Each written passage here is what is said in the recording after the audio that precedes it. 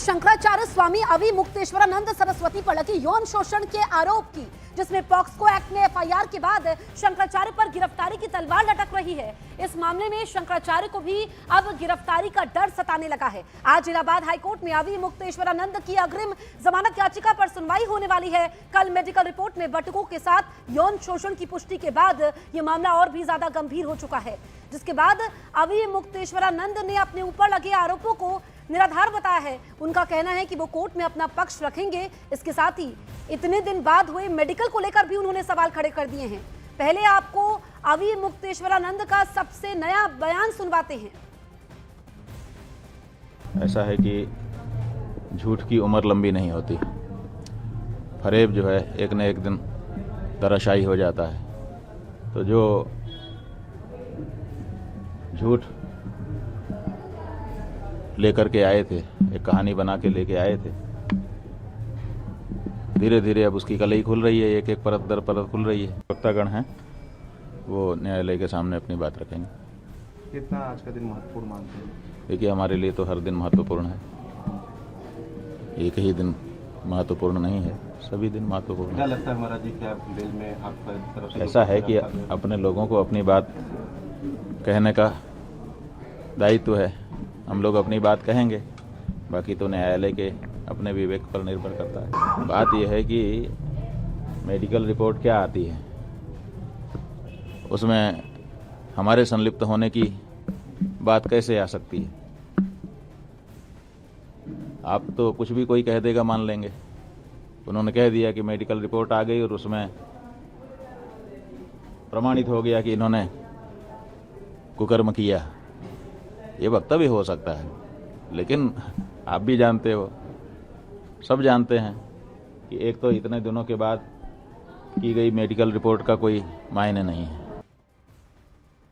तो आज POCSO act में एफआईआर होने के बाद अवि मुक्तेश्वरानंद पर गिरफ्तारी की तलवार लटक रही है। इलाहाबाद हाईकोर्ट में अवि मुक्तेश्वरानंद की अग्रिम जमानत याचिका पर आज सुनवाई होने वाली है, लेकिन इसको लेकर राजनीति भी हो रही है। यूपी के डिप्टी सीएम ब्रजेश पाठक ने कहा कि ये मामला कोर्ट में है, इसलिए कोर्ट के फैसले का इंतजार करना चाहिए। दूसरी तरफ समाजवादी पार्टी के सांसद धर्मेंद्र यादव ने सरकार पर हमला बोला, आरोप लगाया कि योगी सरकार शंकराचार्य की गरिमा गिरा रही है।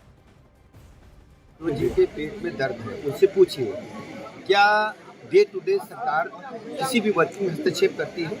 हमारी प्रतिबद्धता उत्तर प्रदेश के डेवलपमेंट को लेकर के है और हर स्थिति में सबको न्याय मिले, सबका साथ, सबका विकास, सबके विश्वास के आधार पर जन जन को आगे बढ़ाने का काम है। पूज्य शंकराचार्य जी की गरिमा गिराने का मैं समझता हूँ जिस तरीके से प्रयास किया उत्तर प्रदेश सरकार ने, उत्तर प्रदेश के मुख्यमंत्री ने, ये पूरे सनातन धर्म के लिए शर्म की बात है, अशोभनीय बात है। और मैं समझता हूँ सनातन को मानने वाला हर व्यक्ति शंकराचार्य का जो स्थान है, जो सम्मान है, जो मान है, जो मर्यादा है, उसका हनन जो कोई भी करेगा उसको सबक सिखाएगा। हमारे साथ खास मेहमान भी मौजूद है, हमारे सहयोगी भी मौजूद है। अरुण कृष्ण महाराज धर्माचार्य हमारे साथ मौजूद है, अजय गौतम जी मौजूद है धर्माचार्य। इसके अलावा हमारे सहयोगी अमित सिंह, रवि पांडे और सर्वेश दुबे मौजूद है। आप सभी का स्वागत है। अमित, सबसे पहले मैं आपके पास आती हूँ। आज का दिन अवि मुक्तेश्वरानंद के लिए काफी अहम है। आप सबसे पहले अपडेट दीजिए, कितने बजे सुनवाई होनी है? देखिए, बताया यही जा रहा है कि 11 बजे के बाद इस पूरे मामले में सुनवाई होगी और आज का दिन बहुत ज्यादा इंपॉर्टेंट है अवि मुक्तेश्वरानंद के लिए, क्योंकि कल जिस तरीके से मेडिकल रिपोर्ट में पुष्टि हुई है कुकर्म की, और आज Prayagraj police Allahabad high court में जो अग्रिम जमानत याचिका दायर किया गया है अवि मुक्तेश्वरानंद की तरफ से, उसमें अपना पक्ष रखेगी। तो जाहिर तौर पे देखना होगा कि कोर्ट में किस तरीके से प्रयागराज पुलिस अपना पक्ष रखती है और उसका काउंटर किस तरीके से अवि मुक्तेश्वरानंद की तरफ से किया जाता है। क्योंकि इस पूरे मामले में अगर हम गहनता से देखें तो एफआईआर भी दर्ज कोर्ट के आदेश पर हुआ है, और इसके अलावा जो टॉप ब्यूरोक्रेसी में अगर हम बात करें शासन में, तो उनका भी कहना है कि इस पूरे मामले में जो भी हो रहा है कोर्ट के आदेश पे हो रहा है। तो आज जो कोर्ट में पहले तो सुनवाई होगी, दोनों पक्ष अपना रखेंगे, देखना होगा फैसला सुरक्षित होता है कि आज ही फैसला आता है। बिल्कुल, इसी पर सभी की निगाह टिकी है। अमित रहिए हमारे साथ। सर्वेश दुबे के पास चलते हैं, प्रयागराज में ही मौजूद है। सर्वेश, यहाँ पर सुनवाई 11 बजे के बाद होनी है, लेकिन अवि मुक्तेश्वरानंद कह रहे हैं कि ये जो यहाँ पर मेडिकल रिपोर्ट सामने आई है, इतने दिनों बाद मेडिकल का कोई मतलब नहीं है और वो अपना पक्ष रखेंगे। देखिए, निश्चित तौर पर उन्होंने तमाम तरह के सवाल उठाए हैं और लगातार जब से ये मुकदमा दर्ज हुआ तमाम तरह के सवाल उठा रहे हैं। उनका तमाम तरह का आरोप है कि आखिर वो दोनों नाबालिग जो पीड़ित हैं वो सीडब्ल्यूसी के पास उनकी संरक्षण में क्यों नहीं भेजे गए और उनकी मेडिकल रिपोर्ट कैसे सार्वजनिक हो गई। जो भी तमाम उनकी दलीलें हैं वो आज वो अदालत में पेश करेंगे। आज जो मामले की सुनवाई होगी वो जस्टिस जितेंद्र कुमार सिन्हा की सिंगल बेंच में सुनवाई होगी। 11 बजे के बाद कभी भी सुनवाई हो सकती है। कोर्ट नंबर 72 में 142 नंबर सीरियल नंबर पर यह केस रखा गया है। अब देखना है कि केस का नंबर कितने बजे आता है। कुल इस मामले में राज्य सरकार के अलावा 5 अन्य पक्षकार बनाए गए हैं। राज्य सरकार इसके अलावा जो इसमें शिकायत करता है आशुतोष ब्रह्मचारी और दोनों नाबालिग पीड़ित जिन्होंने आरोप लगाया है, और हाईकोर्ट की जो लीगल कमेटी है, इस हाईकोर्ट की जो सर्विस लीगल कमेटी है, यहाँ पर आज साफ होगा कि शंकराचार्य को जेल होगी या बेल होगी। बिल्कुल सर्वेश, रवि पांडे के पास हम चलते हैं। रवि, यहाँ पर आश्रम पर कई आरोप लगे कि लग्जरी आश्रम है, तमाम सुख सुविधाएं वहां पर मौजूद है और आश्रम जैसी कोई व्यवस्था ही नहीं है अभी मुक्तेश्वरानंद के आश्रम में। जी देखिए, तमाम आरोप आशुतोष ब्रह्मचारी की तरफ से लगाए गए हैं कि ये जो मठ है, यहाँ पर आलीशान मठ है, स्विमिंग पूल है, शीश महल है। तो मैं बता दूं कि तमाम जो वो चीज़ हैं उस सारे चीज़ों का जवाब जो है वो शंकराचार्य मुक्तेश्वरानंद लगातार दे रहे हैं। उनका साफ कहना है कि जो चीज़ें बनी हुई थी वो पहले ब्रह्मलीन हुए स्वरूपानंद जी के लिए बना हुआ था, अब उसका कोई उपयोग नहीं है। फिलहाल अगर इसमें मठ की तस्वीरों को आपको दिखाने जा रहे हैं कि भले ही 11 बजे के बाद की जो सुनवाई होने एक बड़ा फैसला आ सकता है, लेकिन उसके पहले जो मठ की तस्वीर आप देख सकते हैं, शंकराचार्य यहाँ पर बाकायदे पूजा पाठ किए हैं। पूजा पाठ करने के बाद अब वो श्रद्धालुओं को दर्शन दे रहे हैं। इसके बाद पूरी विधि विधान से चर्चा शुरू हुई है और इसके बाद ही हो सकता है वो मीडिया से भी मुखातिब हो। लेकिन उनका साफ एक तरह से बात कहना है कि जो भी चीज़ें सामने आ रही हैं वो कोर्ट में बातें चलेंगी। किस तरीके से जो मेडिकल रिपोर्ट में दावे की बात आ रही है वो उसमें आरोपी कैसे ठहर सकते हैं, वो इसलिए बार बार सारी चीज़ों पर अपना बयान दे रहे हैं कि तमाम जो वकीलों की जो टीम है, तमाम जो न्याय जानने वाले जो लोग हैं, उनसे लगातार वो बातें कर रहे हैं, उनसे पूछताछ कर रहे हैं, तमाम पहलुओं पे अपनी बात रख रहे हैं। और इसी के अंतर्गत जो आज जो 11 बजे के बाद जो फैसला आने वाला है वो एक महत्वपूर्ण फैसला होगा। इसके बाद की रणनीति तय होगी। फैसला पक्ष में आता है शंकराचार्य के कि पक्ष में आता है, ये सारी बातें 11 बजे के बाद पता चलेगी। लेकिन अगर मठ का माहौल अगर देखा जाए तो आप देख सकते हैं कि श्रद्धालुओं की भीड़ यहाँ पर लगी हुई है। हर हर महादेव के जयकारे लगाए जा रहे हैं। शंकराचार्य पूजा की हैं, अब श्रद्धालुओं को दर्शन दे रहे हैं। बिल्कुल, तो रवि ये तस्वीर हम शंकराचार्य के आश्रम से दिखा रहे हैं, पूजा पाठ कर रहे हैं। आज का दिन उनके लिए काफ़ी अहम है। हमारे साथ 2 खास मेहमान भी मौजूद है, अरुण कृष्ण महाराज जी और अजय गौतम जी मौजूद है। सबसे पहले अरुण कृष्ण महाराज जी, मैं आपके पास आती हूँ। इस पूरे विवाद को आप कैसे देख रहे हैं? देखिए, सीता माँ के लिए जो इस पृथ्वी पे सबसे प्रिय थे वो राम थे। राम के संदेह करने पर सीता माँ ने राम से कोई शिकायत नहीं की। उन्होंने अग्निदेव से कहा कि यथा मां शुद्ध चरित्राणा दुष्टा जानाति राघव तथा लोकस्य साक्षी माम सर्वतः पावका, कि यदि राम मेरे पवित्र चरित्र को अगर उसे दुष्ट चरित्र कहता है तो हे अग्निदेव तू मेरी रक्षा कर। वो अग्निकुंड में कूद गई। तो ये तो अग्निकुंड है। संतों के लिए तो इस तरह के संदेह, दोषारोपण, इनको तो बड़ा सकारात्मक लेना चाहिए, क्योंकि हमारे तो शास्त्र ने कहा धृति क्षमा दमो अस्ते शौच इंद्रिय निग्रह धीर विद्या सत्यम क्रोधम धर्म दश लक्षणम। ये तो 10 लक्षणों में से हमारे लक्षण है। आप क्षमा करो और आप अपने इस जो आपके खिलाफ दोषारोपण है इसके लिए तैयार रहो। और अपने लिए अभी भी शंकराचार्य जी सिर्फ ये कहें कि मैं सबको क्षमा करता हूं और इस अग्नि परीक्षा के लिए तैयार हूं। यदि आप दोषी होंगे तो आपको कारागार मिलेगा। यदि आप चरित्रवान होंगे, यदि आपके खिलाफ ये जितने भी दोष हैं झूठे हैं, तो उस दुष्ट के विरुद्ध जो स्वयं अपराधी प्रवृत्ति का है, जो मैंने सुना है, उसके खिलाफ कार्रवाई होनी चाहिए। लेकिन जितना प्रोपोगेंडा शंकराचार्य जी ने रचा है, इस प्रोपोगेंडा से केवल और केवल इन्होंने एक अपनी नकारात्मक छवि बनाई है। इसमें किंचित मात्र संशय नहीं है।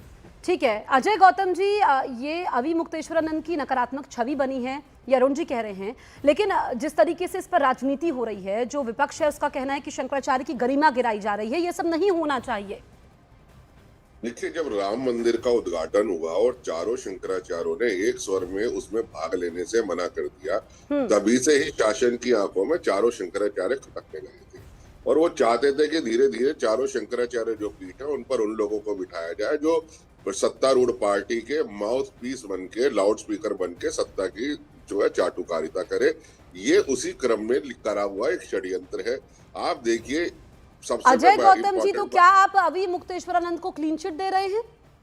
मैं क्लीन चिट नहीं, मैं पूरे दावे के साथ कह रहा हूँ, जो सबूत आज हमने रखने हैं कोर्ट में, और 81 नंबर 72 एक नंबर में प्रश्न नहीं, मेरा 81 अजय नंबर गौतम कोर्ट जी में से ही है, फैसला होना। एक प्रश्न मेरा अजय गौतम जी से ही है, एक प्रश्न के बीच में नहीं बोला भाई, ये मत करिए, देखिए प्लीज, डिबेट में ऐसे मत करिए। मैं जो आपकी पूरी बात सुनी ना मैंने, मुझे मेरी ठीक है, बात जल्दी कहने से दो। जी।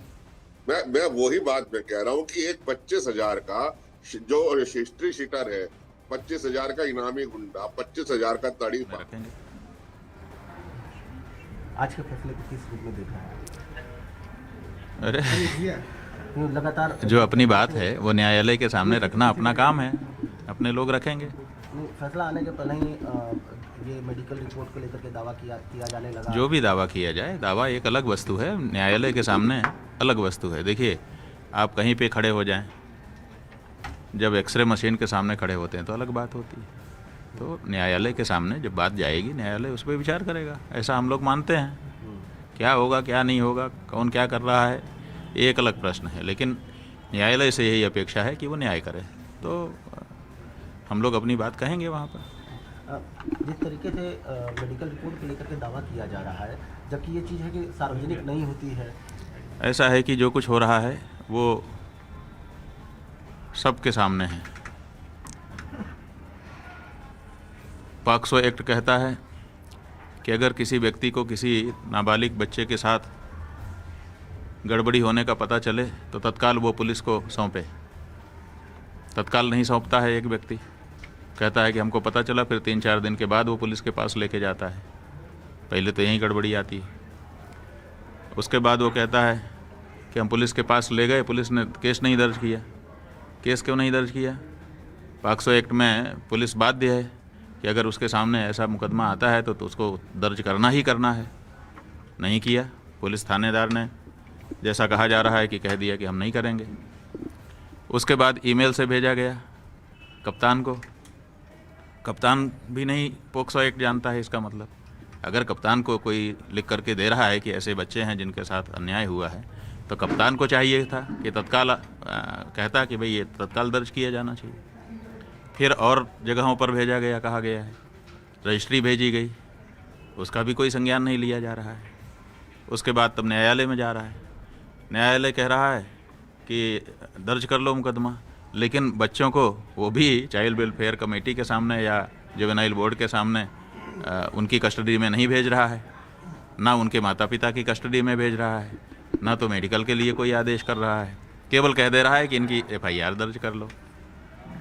अब बताइए, कदम कदम पर जब पॉक्सो एक्ट का उल्लंघन ही दिखाई दे रहा है, तो केवल एक व्यक्ति के लिए सारा पॉक्सो एक्ट है कि उसी को बदनाम करो, उसी को करो। अब कह रहे हैं कि मेडिकल हो गया है, अब मेडिकल से एकदम पता चल गया है कि ये कुकर्मी है। मेडिकल से पुष्टि करने की बात कह रहे हैं। कैसे पता चलेगा? एक तो जो जानकार लोग हैं वो कहते ही हैं कि भाई मेडिकल इतने दिन के बाद तात्पर्यहीन होता है, और दूसरे उससे किसी व्यक्ति विशेष का नाम कैसे जोड़ा जा सकता है? मेडिकल से आप ये कह सकते हैं कि इसके साथ इस तरह का व्यवहार हुआ है, लेकिन वो अमुक ने ही किया है, ये कैसे पता चल गया? तो कुछ भी कह दोगे आप, ये आप बाहर कह सकते हो, कहीं भी किसी भी कैमरे के सामने खड़े होकर के कुछ भी कह सकते हो, लेकिन जब विशेषज्ञों के सामने बात जाती है तो वहाँ अलग ढंग से आपको बोलना पड़ता है। सब चीज़ें प्रमाण पुरस्सर बोलनी पड़ती हैं। पहले तो महाराज जी ये कहा गया कि ये मुकदमा ही दर्ज किया गया न्यायालय के आदेश पे, पहले ये जो नैरेटिव सेट हो रहा है, फिर ये कहा जा रहा है कि सब कुछ पुष्टि हो गई है, कोरम पूरा है। तो ये आपको शुरू से ही डे 1 से ही आपको लगता है कि टारगेटेड? नहीं, हमारा ये कहना है, हमने पहले भी आप लोगों से ये बात साझा की है कि न्यायालय के आदेश पर मुकदमा दर्ज किया गया। बस यही लूप होल है, यही सबसे पहला सवाल है कि पॉक्सो का मुकदमा न्यायालय के आदेश से क्यों दर्ज हो रहा है? पॉक्सो का मुकदमा तो तत्काल दर्ज करना है, ये मान करके दर्ज करना है कि बच्चा जो कह रहा है सही कह रहा है। जब ये पॉक्सो एक्ट में ही लिखा हुआ है कि बच्चा जो कहेगा उसको सच मान करके आपको कार्रवाई शुरू कर देनी है, तो पुलिस ने। न्यूज़ 18 इंडिया से अभी मुक्तेश्वरानंद खास बातचीत कर रहे थे। अरुण कृष्ण महाराज जी, अभी मुक्तेश्वरानंद कह रहे हैं कि इतने दिनों बाद तो मेडिकल की कोई मायने ही नहीं है। देखिए, अभी हमारे हैं अजय गौतम जी ने जो आदित्य योगी नाथ जी के पक्ष में बोल रहा है, उसको ये कह रहे हैं कि चाटुकार है, माउथ पीस है। तो मैं अजय गौतम जी से ही पूछता हूं कि क्या ये इसी राष्ट्रीय मंच पे ये आदित्य योगी नाथ का विरोध करते हैं? क्योंकि सत्ता तो उन्हीं की है, तो इसका मतलब ये सीधे सीधे आदित्य योगी नाथ के खिलाफ विद्रोह कर रहे हैं। मैं इसे विद्रोह मानूं? हम लोग तो माउथ पीस हैं क्योंकि हम सच बोल रहे हैं। आज के समय में सबसे बड़ा कोई शत्रु बन के उभरा है आदित्य योगी नाथ का। वो कौन उभरा है ये खुद जानते हैं, मुझे कहने की आवश्यकता नहीं है। अब बात रही बटकों की, देखिए ये एक न्यायालय ने संज्ञान लिया है। या तो ये माने, देखिए मैं तो कभी नहीं चाहता कि अभी मुक्तेश्वरानंद जी जेल जाएं, मैं कभी नहीं चाहता कि ये केस आगे बढ़े, क्योंकि ये हमारे लिए बड़ी शर्मिंदगी की बात है। जो कुछ हो रहा है हमारे लिए बहुत ही लज्जा की बात है, लेकिन हो रहा है, ये भी सत्य हो रहा है। और हो रहा है, कैसे हो रहा है, क्या कारण है, किसके ठीक है, छोटा छोटा अब इस पर जो आपने आरोप लगाया है इस पर अजय गौतम जी आप जवाब दीजिए। देखिए, महिला कानूनों का कैसे दुरुपयोग होता है इसका मैं एक एग्जांपल देता हूँ। आपका स्टूडियो खुद उसका साक्षी है। 13/9/2015 में जब आप ही के स्टूडियो में एक डिबेट चल रही थी और एक महिला पैनलिस्ट उसने बैठी थी, उसने क्या आरोप लगाया कि आपके स्टूडियो में रेप कर दिया स्वामी ओम ने। और देखिए अजय गौतम जी, एक तो आप मुद्दे से भटकिए मत। आप पहले ही दुरुपयोग की बात कर रहे हैं। आप जज हैं क्या? आप कोर्ट हैं क्या? आज फैसला आएगा। आप अभी मुक्तेश्वरानंद पर बातचीत कीजिए जिस पर डिबेट हो रही है। इन्होंने पॉक्सो एक्ट का विरोध किया, पॉक्सो एक्ट का। तो मैं आपको बता दूं, मात्र एक उदाहरण, आप दोनों ऐसे बोलेंगे तो कुछ समझ नहीं आएगा। करोड़ों दर्शक इस वक्त हमें देख रहे हैं एक एक करके।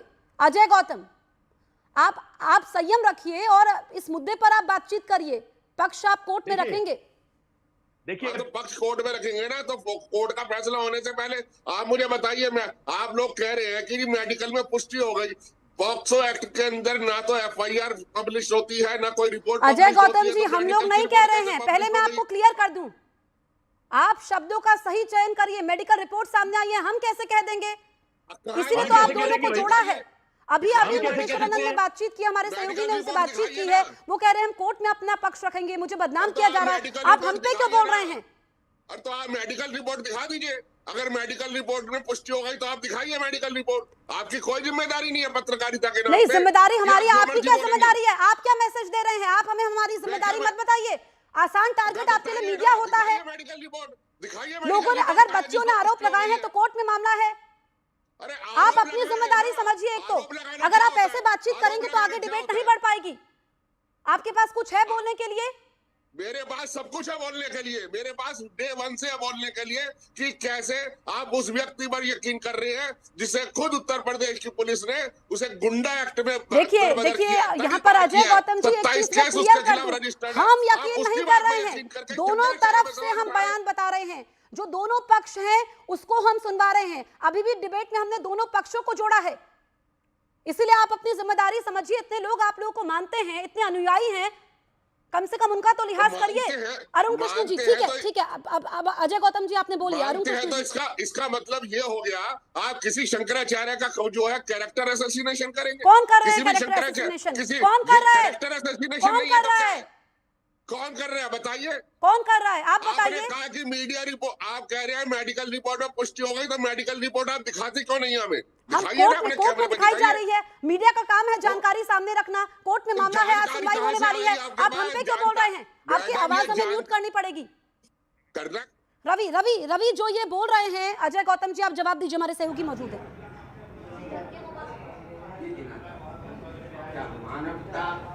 जी बिल्कुल, देखिए सबसे बड़ी बात यह है कि आरोप दोनों तरफ से लग रहे हैं।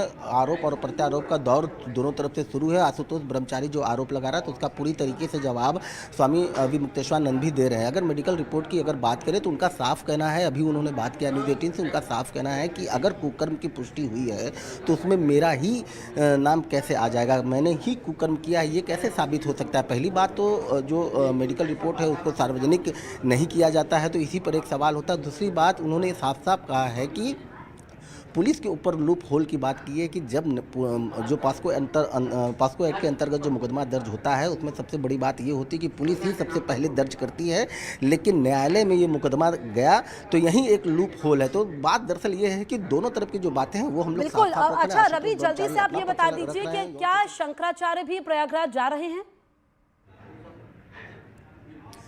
जी बिल्कुल नहीं, वो शंकराचार्य प्रयागराज नहीं जा रहे हैं, वो यहीं ठीक मस्त है। रह करके पूरा काम देख रहे हैं। वकीलों की जो उनकी जो पूरी टीम है वो प्रयागराज में मौजूद है और वही आगे का जो निर्णय है वही तय करेगी, जो फैसला है वो यहाँ पर बताएगी। ठीक है, हमारे साथ खास मेहमान भी मौजूद है। अरुण कृष्ण जी, जो ये आरोप अजय गौतम लगा रहे हैं, इस पर आप क्या कहेंगे? देखिए, अजय गौतम जी ने पॉक्सो एक्ट का विरोध किया। आपको बता दूं, पांडव नगर में 4 साल की बच्ची के साथ जिहादी ने बलात्कार नहीं बोलना चाहिए, बच्ची थी छोटी, दुष्कर्म किया 4 साल की बच्ची के साथ जिहादी ने, और पॉक्सो एक्ट के तहत गिरफ्तार हुआ, आज वो जेल काट रहा है। हजारों केस ऐसे होते हैं पॉक्सो एक्ट के तहत जहां पर छोटी छोटी बच्चों के साथ बलात्कार होता है और बच्चियां अपने आप को प्रूव नहीं कर पाती कि कैसे वो छोटी बच्ची बताए, कैसे उसको उन भावनाओं को व्यक्त करे जो उसके साथ इस किसी जिहादी बलात्कारी ने किया है। दुनिया में ऐसा कौन सा कानून, ऐसा कौन सा विधान है जिसका दुरुपयोग नहीं होता। लेकिन जैसे मैं एक और बात बोलूंगा, अजय गौतम जी देखिए, आप धर्मगुरु हैं, भाषा में कुंठा क्रोध नहीं होना चाहिए। हम भी सत्य बोल रहे हैं, हम में से कोई नहीं चाहता कि अभी मुक्तेश्वरानंद जी को कारावास हो। कौन चाहता है? समय कम है, अजय गौतम जी अपनी बात रखिए। लेकिन इस तरह की भाषा पॉक्सो एक्ट का विरोध मत कीजिए। बहुत सारी बच्चियां पॉक्सो एक्ट के तहत आज न्याय पा चुकी है। सुनिए, मैं बहुत साधारण शब्दों में बात कह रहा हूँ। संजय दत्त पे टाडा लगा तो टाडा खत्म हो गया था, जब मालेगांव में पोटा लगा तो पोटा खत्म हो गया था, कानून का दुरुपयोग सामने आया था। इसी तरीके से पॉक्सो का जो मुकदमा है ये एज ए वेपन यूज हो रहा है। अब 85% मामलों में लोग बरी हो जाते हैं जेल काटने के बाद। कोई ऐसा विधान बता दो, एक ऐसा विधान बता दो जिसका दुरुपयोग नहीं हुआ, तो क्या सारा संविधान हटा दे? अजय गौतम जी, कौन आप बताइए कौन इसको वेपन के तौर पर यूज करे? जल्दी से, समय की कमी है, जल्दी से एक विधान बताइए जिसका दुरुपयोग नहीं हुआ, एक बताइए। देखिए, मैं ये जो डिबेट हुई इसमें कौन सच्चा है कौन झूठा है ये कोर्ट तय करेगा। हमने दोनों मुद्दों, दोनों पक्षों को सामने रखा है और आज क्या जेल होगी या बेल होगी, इस पर कोर्ट पर सभी की नजरें टिकी हुई हैं। आप सभी खास मेहमानों का हमसे बातचीत करने के लिए, चर्चा में शामिल होने के लिए बहुत बहुत शुक्रिया।